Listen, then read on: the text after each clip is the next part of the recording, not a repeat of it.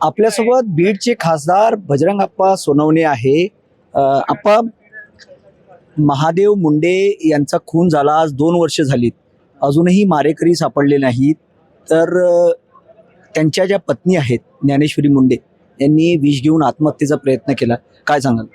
आदरणीय आमच्या भगिनीचं जीवनशैली सुधारणा व्हावा आणि जीवन त्यांचं दीर्घ आयुष्य त्यांना मिळो अशी मी पहिल्यांदा परमेश्वराला प्रार्थना करतो.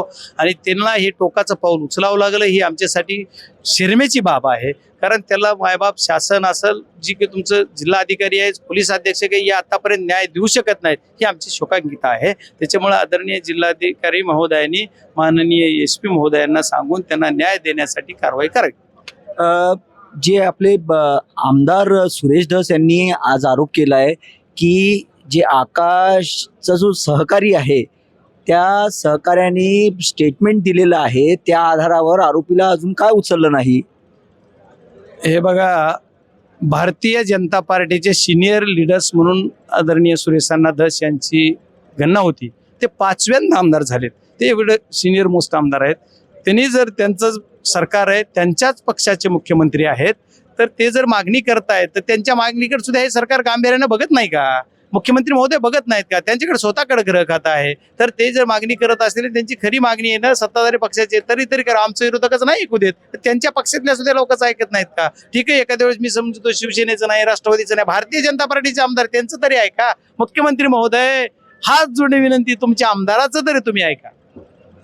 त्यांनी असं सुद्धा म्हटलंय की म्हणजे दादांनी पालकमंत्रीपद हाती घेतलं, पण बीडमधली कायदा व सुव्यवस्थेची जी परिस्थिती आहे ती काही सुधारताना दिसत नाही. नाही, बिलकुल नाही. बीड जिल्ह्यातली कायदा व सुव्यवस्था परिस्थिती पूर्वपदावर आणण्यासाठी जे काम करायला पाहिजे ते मला वाटते झालेलं नाहीये. कायदा व सुव्यवस्था पूर्वपदावर आणण्यासाठी महाराष्ट्राचे मुख्यमंत्री जे गृहमंत्री आहेत आणि बीड जिल्ह्याचे पालकमंत्री जे महाराष्ट्राचे उपमुख्यमंत्री आहेत, दोन्ही प्रमुख नेते आहेत, यांनी लक्ष घालून बीड जिल्ह्यातली कायदा व सुव्यवस्था पूर्वपदावर आणण्याचं काम करावा अशी बीड जिल्ह्याचा एक लोकप्रतिनिधी म्हणून माझी माफक इच्छा आहे. त्यांनी करतील अशी अपेक्षाही करतो. आता त्यांना माहिती आहे करायचं का नाही, का आमचा बीड जिल्ह्याला असंच ठेवायचं. खूप खूप धन्यवाद. पण लोकप्रतिनिधी म्हणून तुम्हाला काय अपेक्षा, काय बदल केले पाहिजे? मी सांगितलं ना, माझी एकच अपेक्षा आहे की बीड जिल्ह्याचा सर्वोच्च पदावर जे खासदार म्हणून मी आहे, तर बीड जिल्ह्याच्या जनतेच्या भावना मी सांगतो की बीड जिल्ह्यातल्या जनतेची माफक अपेक्षा आहे की जातीपातीच्या पलीकडे राजकारण करा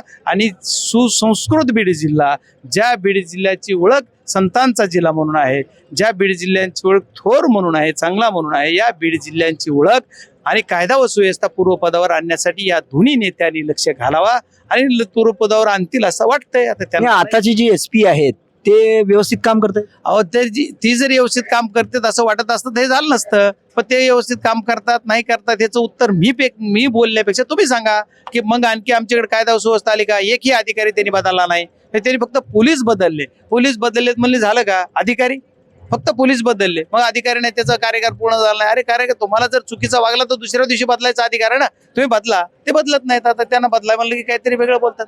बघू आता काय काय होते.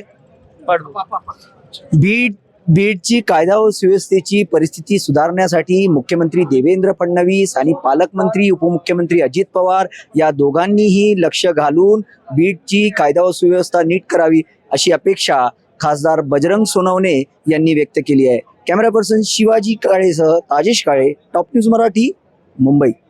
घ्या परदेशात भरारी, तेही सर्वसामान्यांना परवडणारी. 1 रुपया भरा आणि थायलंड मध्ये फिरा. सचिन इंटरनॅशनल घेऊन आले आहेत जगातली सर्वात स्वस्त परदेश टूर. पूर्ण 5 दिवसांचं पॅकेज आता फक्त 32,999 रुपयांमध्ये. पॅकेजमध्ये विमान प्रवास, हॉटेल, ब्रेकफास्ट, ट्रान्सपोर्ट आणि प्रेक्षणीय स्थळे. सचिन इंटरनॅशनल 18 वर्षांपासून पर्यटन क्षेत्रातील एक विश्वसनीय नाव. सचिन इंटरनॅशनल सोबत मनसोक्त फिरा. संपर्क 7767989898.